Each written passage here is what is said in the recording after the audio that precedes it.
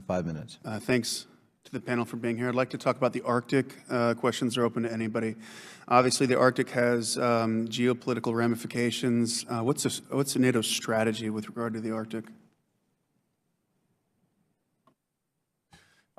It's very light on strategy, Congressman.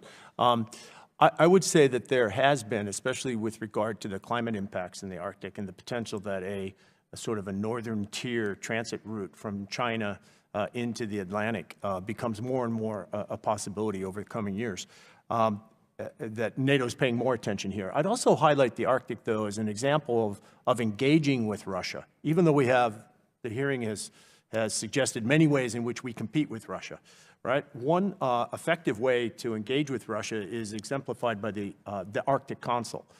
I think that's the correct name, which brings together the 7 Arctic nations to include other NATO allies with Russia to discuss about the climate, but also security implications in the far north. So this is becoming more important, and climate here intersects NATO strategy.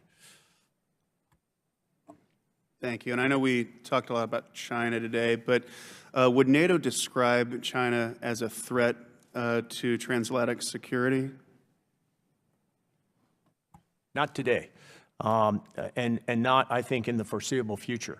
But NATO needs to wake up to China as a competitor, and in particular in the commercial investment space, transportation and information systems, and increasingly in the political space. They tend to buy their way into influence on the commercial side and then expect political payoff.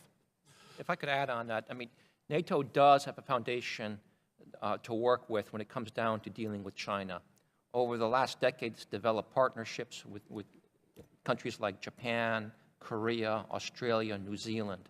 This provides a foundation from which to kind of deepen a more elaborate, a more substantive set of engagements in the region. It's something the United States should be encouraging NATO to do as we try to develop a more comprehensive strategy to dealing with an increasingly assertive China.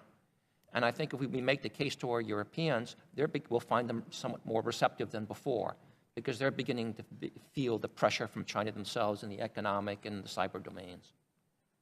The other thing I would just add, sir, is that I think China watches U.S. behavior very carefully globally, and that includes how we interact with our allies. So if there are troubles or tensions with our NATO allies, it often makes our Asian allies very nervous as well. And China looks for ways to divide and exploit that. Well, let me ask about that. Then what strategy, and if not strategy, roles, responsibilities do NATO have with regards to North Korea?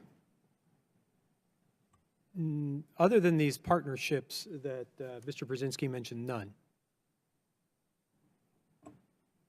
But I think it's politically, the NATO allies become very, very important allies to stand with us politically, to press for the objective of denuclearization and to make sure that North Korean provocative behavior is deterred, if not answered.